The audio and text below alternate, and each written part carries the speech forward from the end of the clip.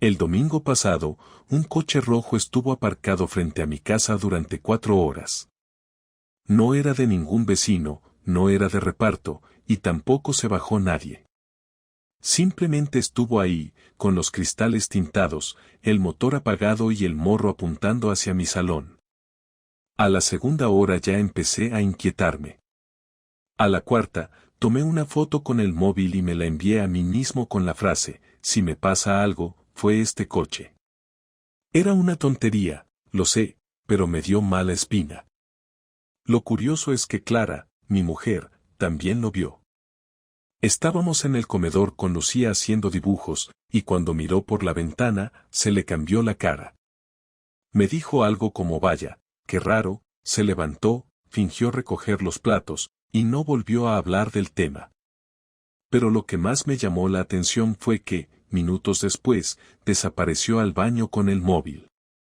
10 minutos después, el coche rojo arrancó y se fue. Y ahí me empezó a picar la cabeza. No por celos, no por paranoia, sino porque el coche volvió. Al día siguiente.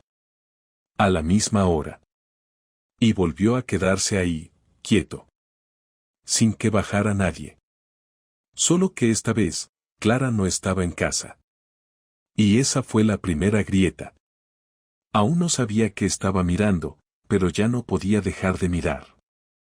El martes, cuando el coche rojo volvió por tercera vez, decidí no quedarme dentro de casa. No por miedo, sino porque ya no aguantaba más la sensación de estar siendo observado sin saber por quién. Salí con una bolsa de basura en la mano, fingiendo que iba al contenedor de la esquina, pero con la intención de rodear la manzana y pasar por detrás del coche para ver la matrícula. Lo hice con calma, sin mirar directamente. Al pasar junto al maletero, levanté un poco la cabeza y confirmé lo que ya sospechaba, era el mismo coche de los días anteriores, un Cupra León, modelo nuevo, con una pegatina pequeña en el cristal trasero que decía Edu. El coche estaba vacío. No había nadie dentro, y lo que era más raro, tenía una funda de asiento en el lado del copiloto, como si alguien se sentara ahí con frecuencia y quisieran evitar manchas o marcas. No lo pensé más y seguí andando, pero a la media cuadra me giré rápidamente. Un hombre salía de un portal cercano. Alto, pelo rapado, unos 30 y pocos, con camiseta deportiva ajustada, de esas que usan los que van al gimnasio todos los días. Caminó directo hacia el coche, lo abrió, se sentó al volante y se fue. Todo en silencio, sin mirar a los lados, sin notar que yo lo había visto. Cuando volví a casa, Clara estaba en el salón, con el portátil abierto, supuestamente corrigiendo exámenes. Me preguntó si había tardado mucho, como si le preocupara que estuviera fuera más de 5 minutos. Le dije que me había encontrado con el vecino del tercero y que nos habíamos puesto a hablar de la comunidad. Me miró de reojo, asintió sin mucho interés, y volvió a la pantalla. Durante la cena, no dijo casi nada. Se limitó a preguntarle a Lucía cómo le había ido en el colegio, pero no hubo ni un solo comentario hacia mí, ni siquiera cuando le conté que habían llamado del seguro del coche para la renovación. Su respuesta fue una seco, como si no quisiera hablar, o como si tuviera la cabeza en otro sitio. Esa noche, después de acostar a la niña, le propuse ver una serie, pero me dijo que tenía dolor de cabeza y se fue a la cama antes de las 10. Me quedé en el sofá, en silencio, mirando la tele sin volumen, pensando en el coche rojo, en el hombre del gimnasio, en la pegatina Edu y en cómo Clara había reaccionado como si tuviera algo que esconder. El miércoles tomé una decisión que no me enorgullece, pero sentía que ya no podía ignorar lo que estaba pasando. Llamé al colegio donde trabajaba Clara, dije que era su marido y que necesitaba saber si había asistido a las clases ese día porque tenía una urgencia familiar. La recepcionista me confirmó que Clara había pedido el día libre con antelación, que no estaba en el centro. Colgué sin decir nada más. Me quedé sentado en el coche, con el motor encendido, frente a una cafetería cualquiera, tragándome la rabia. No porque estuviera segura su infidelidad aún, sino porque lo sentía en el cuerpo. No hay forma racional de explicarlo, pero uno conoce los ritmos, las rutinas, las maneras. Y cuando todo eso empieza a fallar, algo está podrido. Decidí seguirla. Esperé frente a casa hasta que salió, a las 11:20. Iba vestida como si fuera a una entrevista o una comida importante, no al colegio. Pantalón ajustado, blusa blanca planchada, tacones medios, perfume notorio. No llevaba bolso, solo su móvil en la mano y las llaves del coche. Arrancó y la seguí a unos 100 metros de distancia. No condujo hacia el centro, ni hacia el instituto. Se dirigió hacia la zona de las afueras, cerca del polígono industrial donde hay algunos bares, almacenes y hoteles de paso. Me mantuve 2 coches por detrás, con las ventanas bajadas para que no se empañaran. Finalmente aparcó en un lateral de un pequeño hotel de fachada gris, sin cartel visible, de esos que solo conoces si alguien te los recomienda. Esperé. A los 3 minutos apareció el coche rojo. Se bajó el mismo tipo del otro día, esta vez con vaqueros y camiseta blanca. Saludó a Clara con un beso rápido, como quien ya no necesita disimular nada. Entraron al hotel sin mirar atrás. Yo no hice nada. Me quedé en el coche con las manos en el volante, respirando por la boca porque me faltaba el aire por la nariz. No podía pensar con claridad. Tampoco podía llorar. No sentía tristeza, solo una presión en el pecho que no se iba. Era como si me hubieran sacado el estómago y dejado una piedra en su lugar. Estuvieron dentro 1 hora y media. Yo no me moví. No escuché música. No llamé a nadie. Cuando salieron, se besaron de nuevo, esta vez más largo. Él se fue primero, luego Clara. Volví a casa antes que ella. Cuando entró por la puerta, fingí estar en la ducha.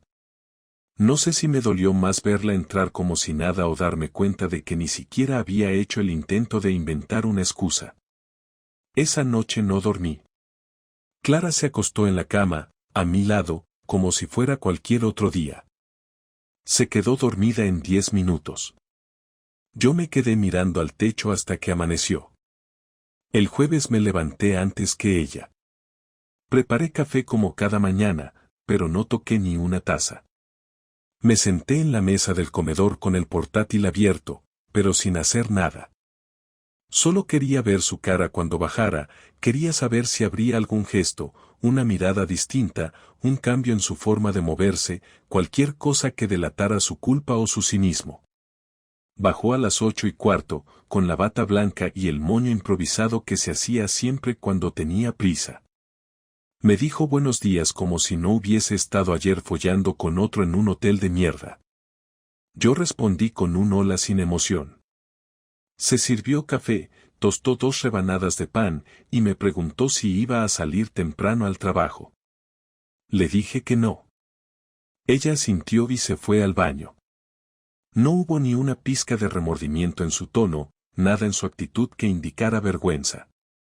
Entonces supe que no era un error ni un desliz, que lo que fuera que estuviera haciendo con ese tipo no solo era premeditado, sino que ya formaba parte de su rutina.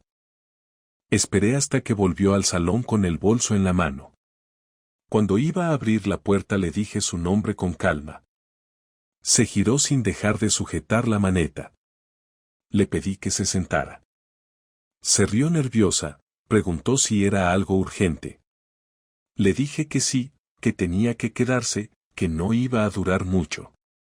Se sentó al borde del sofá, sin dejar el bolso. Me quedé de pie.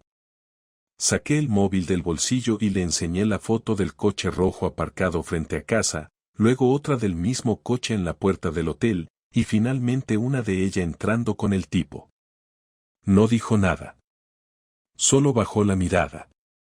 Le pregunté si quería decirme algo antes de que yo empezara a hablar. No contestó. Le pregunté cuánto tiempo llevaba viéndose con él. Respondió bajito, unos meses. Le pedí que fuera más precisa. Dijo que desde mayo. Eran 5 meses. 5 meses saliendo de casa, saludándome como si nada, besando a nuestra hija por las mañanas y por las noches, volviendo a casa con el olor de otro en la ropa, y durmiendo en nuestra cama como si no pasara nada. Le pregunté si se acostaban en ese hotel cada vez. Me dijo que no siempre, que a veces iban en coche a las afueras, que a veces él no podía y solo se veían para hablar. Le pregunté si lo amaba. No respondió. Entonces lo repetí más fuerte. Esta vez sí contestó. Dijo que no sabía. Que era diferente. Que no sabía qué sentía. Ahí exploté. Le grité que no me tratara como a un imbécil. Que no fingiera confusión después de meses de mentiras. Le dije que una persona no se acuesta con otro durante medio año si no está convencida de lo que hace. Le recordé que mientras yo llevaba a Lucía al colegio, hacía la compra, limpiaba la casa y me ocupaba de todo, ella estaba teniendo una aventura como si fuera una adolescente con pocas luces. Me gritó que no era tan simple. Que hacía tiempo que se sentía sola.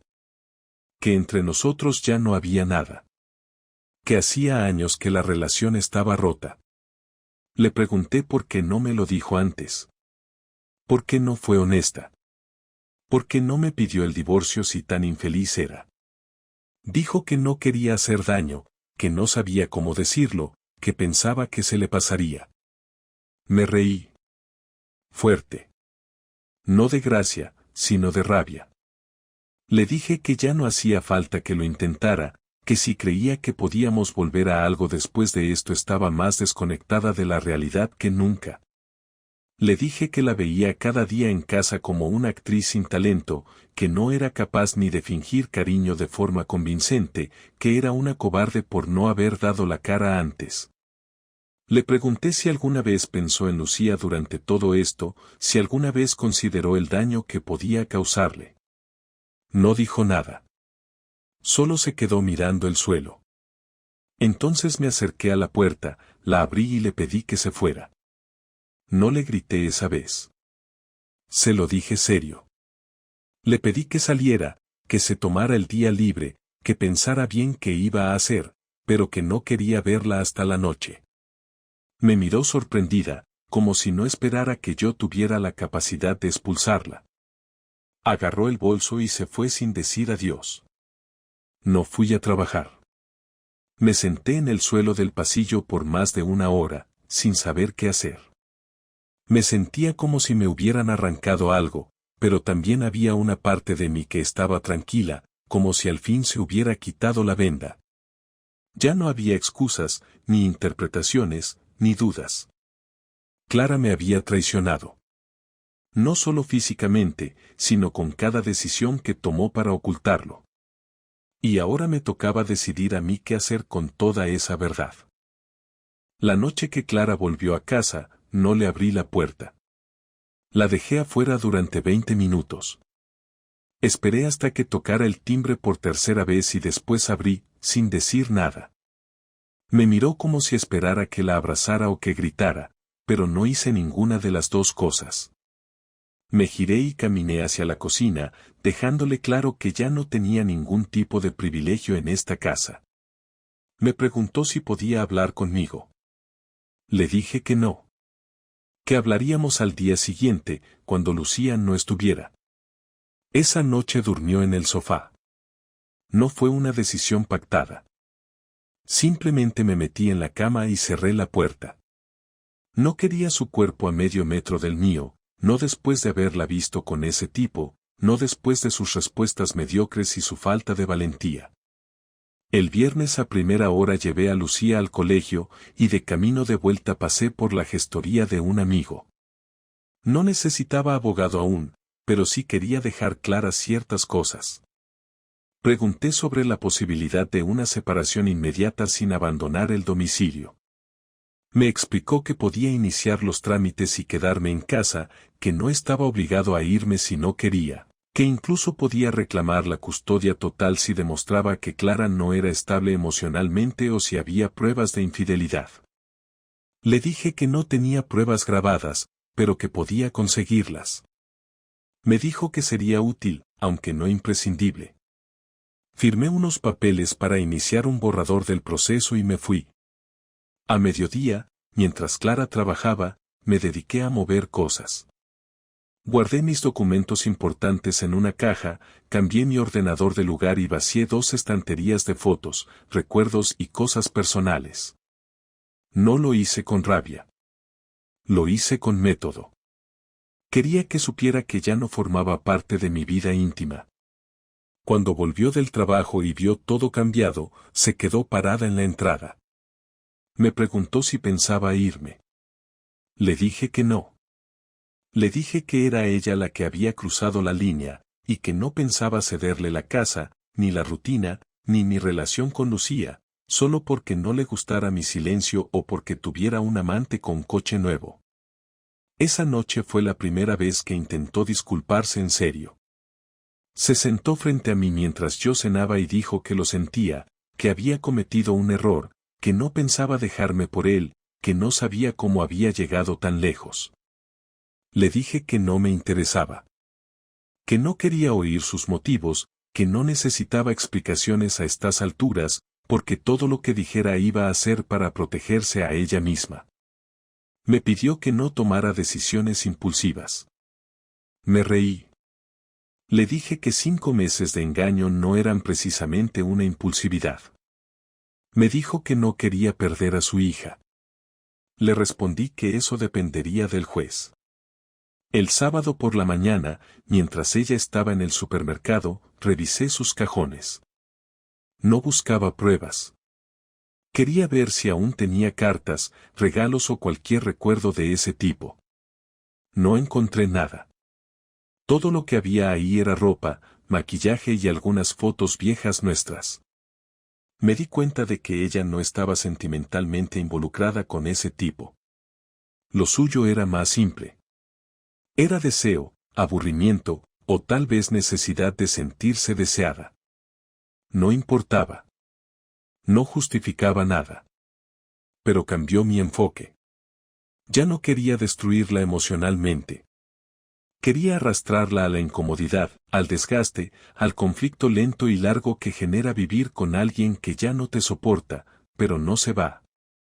El lunes comencé a ejecutar mi plan. Dejé de hacer la compra. Dejé de cocinar para los 3. Preparaba solo mi comida y la de Lucía. Si Clara quería comer, tenía que arreglársela sola. Lavaba mi ropa y la de la niña, pero no la suya. No hablaba con ella a menos que fuera absolutamente necesario. Cuando me preguntaba algo fuera de lo esencial, fingía que no la oía. Si hablaba de temas escolares o gastos, respondía con monosílabos. Y cuando se ponía agresiva o exigente, le recordaba que había empezado ella. Al tercer día ya me miraba con una mezcla de rabia y miedo. No sabía en qué momento iba a explotar. Pero no iba a explotar. Iba a vaciarla poco a poco, como ella me había vaciado a mí. Una noche, le pregunté si seguía viéndose con él. Me miró con una cara entre culpable y sorprendida, como si no esperara que yo preguntara algo así de golpe. Me dijo que no, que había terminado. Le dije que no me importaba, que podía seguir acostándose con él si le daba la gana, pero que no pensara que eso iba a cambiar el curso de los hechos.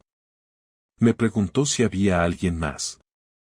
Le dije que no, pero que lo habría si yo quería. Me preguntó si planeaba contarle todo a su familia. Le dije que solo si hacía falta. Que por ahora no me interesaba que supieran que su hija había preferido meterse en un hotel de paso que salvar su matrimonio. Se quedó callada. La última parte fue lo más efectivo. Empecé a salir sin avisar. Dejaba el móvil en casa, me iba por horas. No decía a dónde. No contestaba sus mensajes. Volvía a la hora que quería. A veces traía bolsas con cosas que claramente no eran del supermercado. Un día traje ropa nueva y la dejé sobre la cama.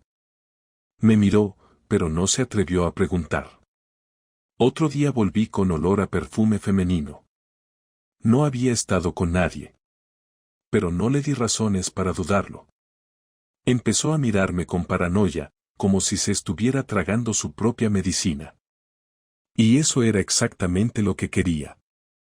El día que decidí hablar con ella por última vez fue un martes. Había pasado ya una semana desde que empecé a desaparecer por las tardes. No había hecho nada ilegal ni destructivo, pero cada movimiento estaba pensado para incomodarla. Clara estaba rota por dentro, aunque intentaba disimularlo. Iba al trabajo maquillada, pero con ojeras marcadas. Se le notaba en la forma de andar, en cómo evitaba mi mirada cuando coincidíamos en la cocina o en el pasillo. Lucía había empezado a preguntar por qué ya no hacíamos cosas juntos los tres. Le respondía con evasivas, pero cada pregunta de nuestra hija era un recordatorio de lo que Clara había destrozado. Y no quería que eso se convirtiera en la rutina de Lucía. Ese día, después de acostar a la niña, me senté en el sofá y esperé a que Clara saliera del baño. Le dije que se sentara, que necesitábamos terminar con esto. No me miró directamente, pero se sentó frente a mí. Me preguntó si iba a pedir el divorcio. Le dije que sí. Me dijo que lo entendía. Que desde hace unos días ya lo sospechaba. Que no estaba lista para perderlo todo, pero que sabía que se lo había buscado. Le dije que no iba a hacerle la vida imposible, que no iba a exponerla públicamente ni a destruirla frente a su familia, pero que no iba a perdonarla. Le expliqué que la confianza no era algo que pudiera repararse como una tubería rota. Que cuando alguien rompe algo así, no se reconstruye. Se reemplaza o se desecha. Y que yo había elegido reemplazar mi vida sin ella. Me preguntó si me dolía. Le dije que ya no. Que me dolió durante los primeros días, cuando aún creía que esto podía tener algún sentido. Que ahora no era dolor lo que sentía, sino claridad. Que por fin veía todo sin filtros. Le dije que la había amado, y que durante años hice todo lo posible por mantener a flote algo que ya estaba haciendo agua desde mucho antes de que apareciera el tipo del coche rojo. Que yo no era perfecto, pero que siempre estuve ahí, y que mientras yo limpiaba vómito de la niña con fiebre, ella se mandaba mensajes con un imbécil que no conoce el precio de un cartón de leche. Me pidió que no la insultara. Le dije que no lo hacía por rabia, sino por precisión. Que era necesario llamar a las cosas por su nombre. Ella preguntó si podía quedarse en la casa, al menos hasta encontrar algo. Le dije que no. Que la casa estaba a mi nombre, que había hablado con el abogado, y que podía darle 15 días para organizarse, pero que después de eso tenía que irse. Me dijo que no sabía a dónde ir. Le pregunté si no podía irse con su amante. Me dijo que ya no hablaba con él. Le pregunté si él la había dejado. Me dijo que sí, que fue hace 2 semanas. Me quedé en silencio un momento. Luego le pregunté si le dolía. Me dijo que sí. Le dije que entonces ahora sabía cómo se sentía uno cuando lo traicionan. Me pidió que no usara eso para hacerla sentir peor. Le dije que no necesitaba hacer nada. Que su reflejo ya era suficiente castigo. Que yo había aprendido a respetarme a mí mismo. Y que eso incluía no tener compasión por quien me trató como una opción. Ella dijo que quería estar presente en la vida de Lucía, que no pensaba desaparecer. Le aseguré que no se lo iba a impedir, que la custodia la arreglaríamos de forma equitativa, que no iba a usar a nuestra hija como moneda de cambio, pero que tampoco permitiría que se presentara como víctima ante ella. Le dije que algún día Lucía iba a preguntar por qué sus padres se separaron, y que ese día yo iba a contarle la verdad sin adornos. Le dije que no la iba a odiar, pero que tampoco le iba a mentir. Clara no contestó. Se le llenaron los ojos de lágrimas. Pero no lloró. Solo asintió. Le pregunté si quería añadir algo más. Dijo que no. Le dije que entonces la conversación había terminado. Me levanté y me fui a la habitación. Cerré la puerta y puse el seguro, no porque temiera nada, sino porque necesitaba dejar claro que el tiempo de las charlas, los abrazos forzados y las noches fingidas había terminado. Esa noche dormí bien por primera vez en muchas semanas. No porque todo estuviera resuelto, sino porque ya no había nada pendiente entre nosotros. Ya no me debía una explicación. Y yo ya no le debía paciencia. 2 semanas después de nuestra última conversación, Clara se fue. No hubo escena. No hubo gritos ni lágrimas. No me pidió otra oportunidad, no me dejó una nota en la mesa, ni me mandó mensajes en la madrugada. Se fue con una maleta grande, un par de bolsas, y la mirada baja. Le abrí la puerta y le dije adiós sin rencor. Me respondió con un gracias por todo que no sonó forzado, pero tampoco sincero. Y se marchó. No pregunté a dónde iba ni con quién. No era asunto mío. Cuando cerré la puerta, me quedé unos segundos apoyado en ella, no por tristeza, sino porque el silencio que dejó era tan pesado que necesitaba asegurarme de que no había dejado nada más atrás. No lo había hecho. Esa misma noche cené con Lucía, solo los dos. La niña comió en silencio. Le pregunté si quería hablar. Me dijo que no, pero que sabía que mamá no volvería a dormir en casa. Le dije que era cierto. Le expliqué que a veces las personas adultas cometen errores graves y que eso tiene consecuencias. No le conté los detalles. No era el momento. Le aseguré que la seguiríamos cuidando entre los dos, aunque ya no estuviéramos juntos. Me preguntó si yo estaba enfadado con mamá. Le dije que ya no. Me preguntó si me había puesto triste. Le dije que sí, pero que a veces la tristeza no es mala. Que te ayuda a ver mejor las cosas. Terminamos de comer y la acosté como siempre. Me pidió que no le apagara la luz. Esa noche dormí en el sofá, no porque no tuviera cama, sino porque no quería volver a compartir almohadas con ningún recuerdo. Los días siguientes fueron mecánicos. Ir al trabajo, recoger a Lucía, preparar la cena, limpiar, repetir. La rutina es aburrida, pero también es una buena herramienta cuando necesitas recomponer las piezas. Dejé de hacerme preguntas sobre lo que no podía cambiar. Dejé de revisar sus redes sociales, dejé de pensar si estaba sola o con otro. No me interesaba. Empecé a ocuparme más de mí. Fui al médico, me apunté al gimnasio, incluso salí a tomar algo con un par de compañeros del trabajo. No me sentía particularmente feliz, pero sí estable. Y eso ya era mucho más de lo que había sentido en meses. Una tarde, Clara pasó a recoger a Lucía. Estaba más delgada, con ojeras marcadas, pero vestida con cuidado. Me preguntó si podía hablar un momento mientras Lucía terminaba de vestirse. Le dije que adelante. Me preguntó cómo estaba. Le dije que bien. Me dijo que estaba buscando un piso cerca para poder mantener los horarios escolares. Le dije que me parecía lógico. Me preguntó si había pensado en lo que habíamos hablado sobre la custodia. Le respondí que sí, que quería hacer un acuerdo justo, que no tenía intención de pelear por cosas que no tenían sentido. Me dijo que lo agradecía.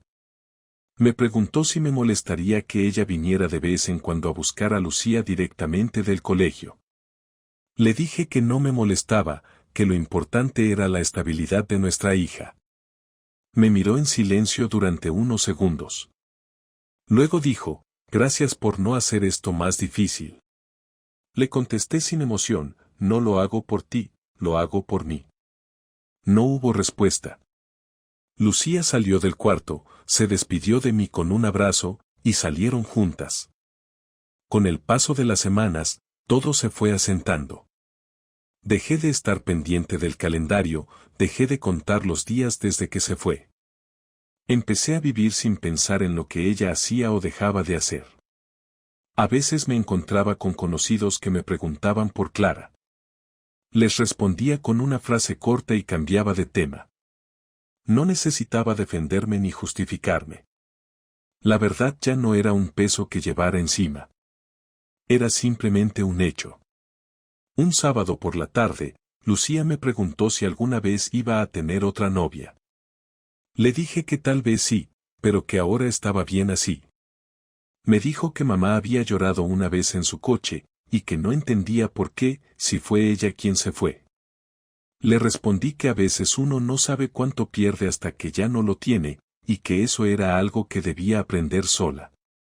Lucía se quedó callada y después me pidió jugar a cartas. Esa fue toda la conversación. No volvió a sacar el tema. Ahora, un mes después, siento que ya estoy del otro lado. No sé si soy más fuerte o solo más indiferente, pero ya no cargo con ese peso constante en el pecho. Volver a confiar en alguien me parece algo lejano, pero no imposible. No quiero vivir con miedo ni encerrado. Solo quiero claridad, honestidad y paz. Lo que aprendí de todo esto no es una lección de película, no tiene moraleja ni frase final para poner en un marco. Solo entendí que las personas pueden traicionarte aunque juren que no lo harían. Que la rutina puede esconder grietas que solo se ven cuando es demasiado tarde. Que uno no debe quedarse donde no lo respetan, ni justificar lo que duele. Y que cuando algo se rompe por dentro, no siempre hay que repararlo. A veces, lo correcto es construir algo nuevo desde cero.